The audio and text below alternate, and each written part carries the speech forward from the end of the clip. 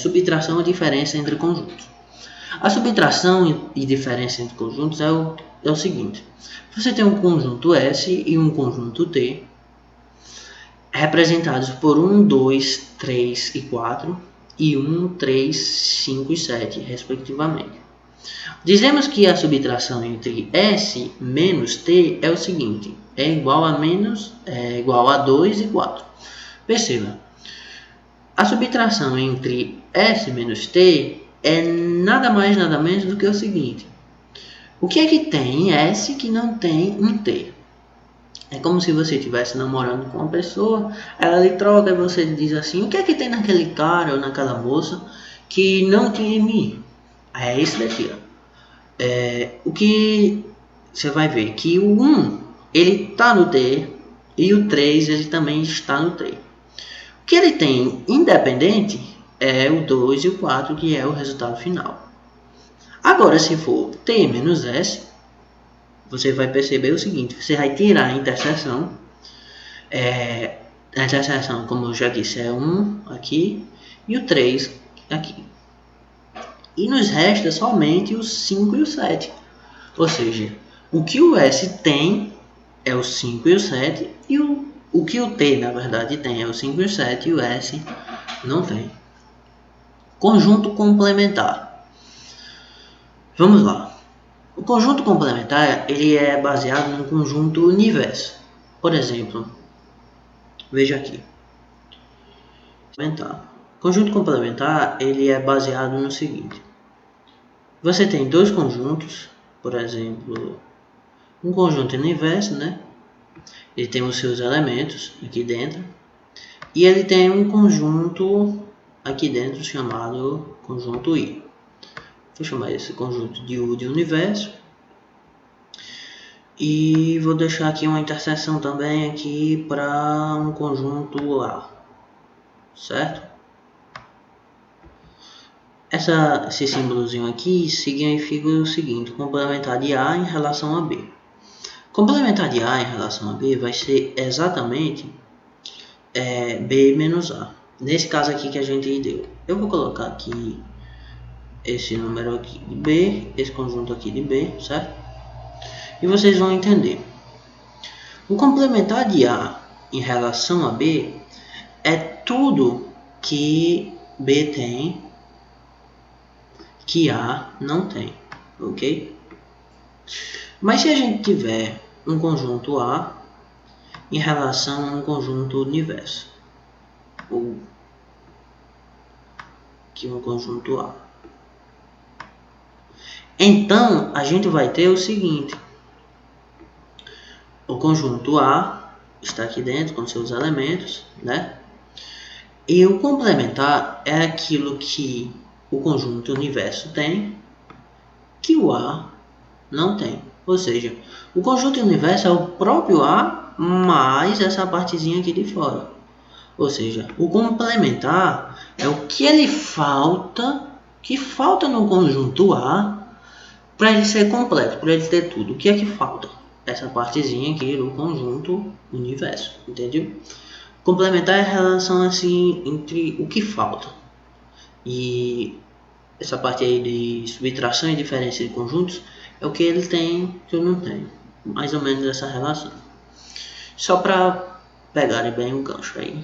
E a gente vai começar agora a parte de conjuntos numéricos, que é o que importa agora. Vamos aqui. Sim.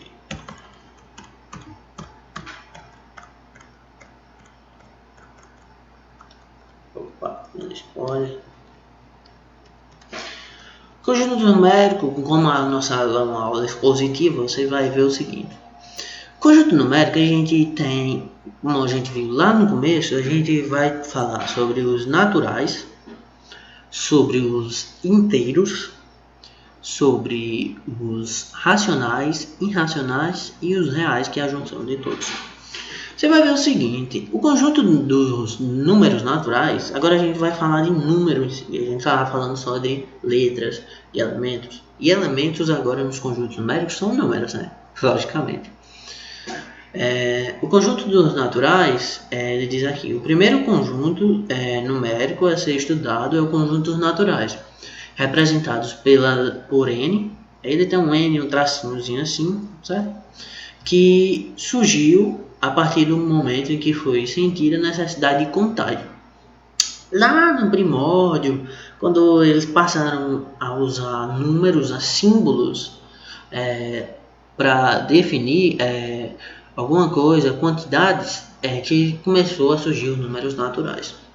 Aí você vai ver aqui que os naturais são do 0 a 1, 2, 4, 5, 3, 4, 5, tem um 3 aqui também, 5, 6 e infinito, positivo, certo? Isso é muito importante.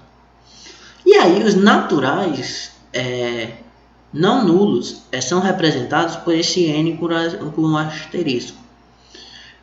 Observação, né, que está aqui, a notação asterisco simboliza o conjunto sem o elemento nulo. E aí a gente vai ter agora o conjunto dos números inteiros, ok? O conjunto dos números inteiros é representado pela letra Z. Ele tem uma diferençazinha assim na escrita, mas vocês vão entender. Surgiu a partir do momento que surgiu a ideia de dívida. Com o comércio evoluindo na Grécia, se instituiu a dívida. Por exemplo, eu tinha 5 reais para comprar uma coisa que valia 10. Quanto eu ficava devendo? Hoje a gente sabe, né? Eu estou devendo menos 5, certo? Relação de dívida. Quanto é que eu preciso para completar isso? 5, certo? Essa é a relação aí que vocês vão entender. Assim, entraram os números negativos, como eu estou falando agora. Com a evolução do mercado, a gente foi instituído os números negativos. E aí você tem menos infinito até menos 1, menos 3, menos 2, menos 1, 0, 1, 2, 3 e mais infinito. Se vocês perceberem bem, a gente já tem aqui que os naturais são um subconjunto dos números inteiros, certo? E aí, do mesmo jeito, se a gente colocar um asterisco aqui em cima do Z, ele vai ficar sem o zero que está aqui, que é o número nulo. E aí o próximo conjunto numérico é o seguinte, o conjunto dos números racionais. O conjunto dos números racionais surgiram quando houve a necessidade de representar uma parte de um inteiro. E é todo número formado por A dividido por B, com B diferente de zero. O que é que isso quer dizer? É todo número que consegue ser representado na forma de uma divisão. Por exemplo, menos 4 ele consegue. Ele pode ser um menos 8 dividido por 2, pode ser um menos 12 dividido por 3, ou alguma coisa assim. E você vai ter aqui um menos 3, um menos 5 sobre 2, menos 2, menos 1, menos 4 sobre 5, o zero, prestem atenção, o zero é um número que pode ser dividido. Por exemplo, 0 dividido por 1 dá 0, como todo mundo sabe. 0,5, que é a forma decimal de uma divisão, pode ser 1 dividido para 2, e aí eles são infinitos também. E aí você já vai percebendo que os racionais, eles contêm os inteiros e os naturais. Porque 1 é natural, menos 1 é inteiro, e aí você vai relacionando aquele primeiro conteúdo que a gente falou com esse. E observações. Lembrando que entre dois números racionais, há infinitos racionais. Por exemplo, de 0 a 0,5 existem vários números que podem ser representados aqui. Inclusive as dízimas que são dízimas periódicas, como diz aqui a observação 2. Dízimas periódicas são racionais, pois podem ser escritas sob a forma de fração. As não periódicas não são racionais, e a gente vai ver aqui o que elas são. Operações entre frações. Isso é importante demais para vocês entenderem. Operações entre frações, a gente tem a soma e subtração. Caso os denominadores sejam iguais, você vai fazer o seguinte. Por exemplo, a gente tem 1 sobre 6 e 4 sobre 6. Esse daqui de baixo é o denominador e esses dois de cima são os numeradores. Basta repetir os números e somar. Basta repetir os denominadores, que é 6, e somar os numeradores. Então a gente tem 1 mais 4 que dá 100. Na soma, viu? Caso os denominadores sejam diferentes, calcula-se o menor múltiplo comum entre os denominadores. Aí é uma definição que vocês já devem carregar de bagagem, que é o menor múltiplo comum. O MMC, né, chamado. O MMC de 2 e 3 é a próxima multiplicação de 2 vezes 3, ou seja, 6. Coloca-se o 6, divide-se 6 por 2 e depois multiplica por 1. Repetindo, encontrou o MMC, eu vou pegar esse 6, vou dividir pelo denominador e multiplicar pelo numerador. Pegou o resultado do MMC, divide pelo denominador e multiplica pelo numerador. Pegou o MMC, divide pelo denominador e multiplica pelo numerador, certo? E aí você vai ter a fração 3 sextos, 4 sextos, que são proporcionais, que a gente também vai estudar isso.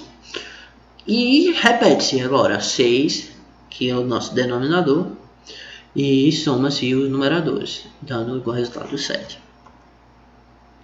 E aí a gente vai ter agora os números irracionais, que eles são bem perplexos. E aí, só para aumentar um pouco mais, a gente dá aquele gásinho.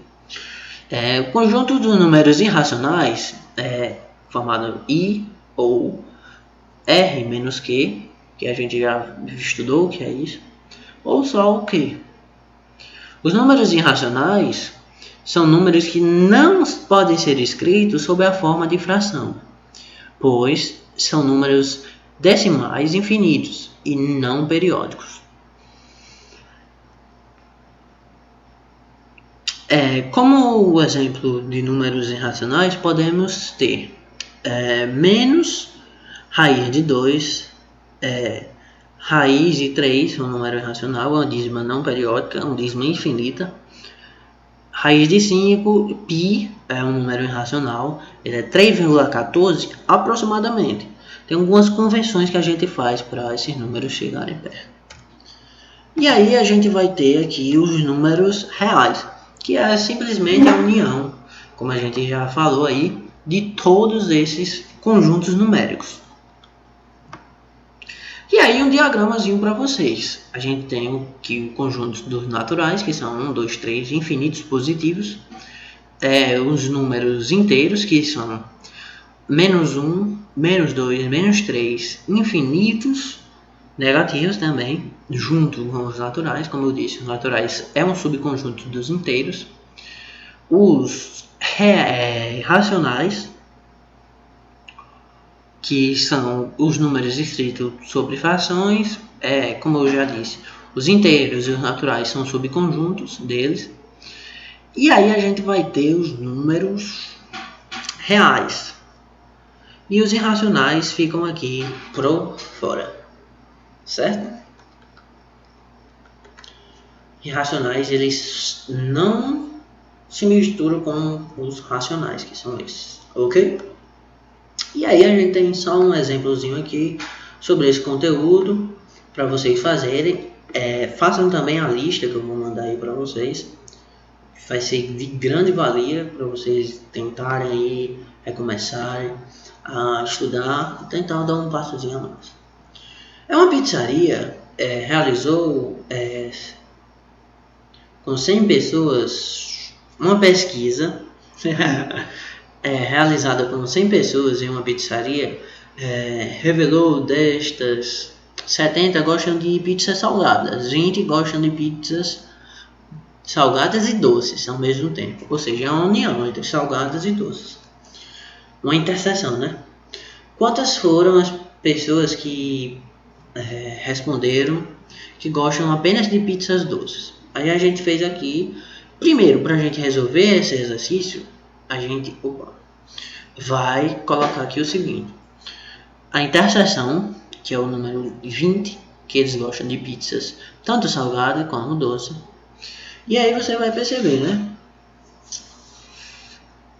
Se 70 pessoas gostam de pizzas salgadas, quer dizer que 20 gostam dos dois. Ou seja, quem gosta só de pizza salgada é 50. Por quê?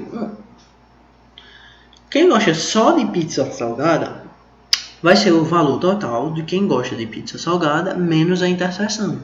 Ou seja, 70 menos 20 vai dar 50. E aí você vai perceber, 50 mais 20 vai dar 70. Para chegar no conjunto universo, que é o valor aqui de 100 pessoas, só pode ser aqui 30 pessoas que gostam de pizzas doces. Entendido? E aí, qual é a nossa pergunta, né? Quantas foram as pessoas que responderam que gostam apenas de pizzas doces? E a gente tem aqui a resposta 30. Ok?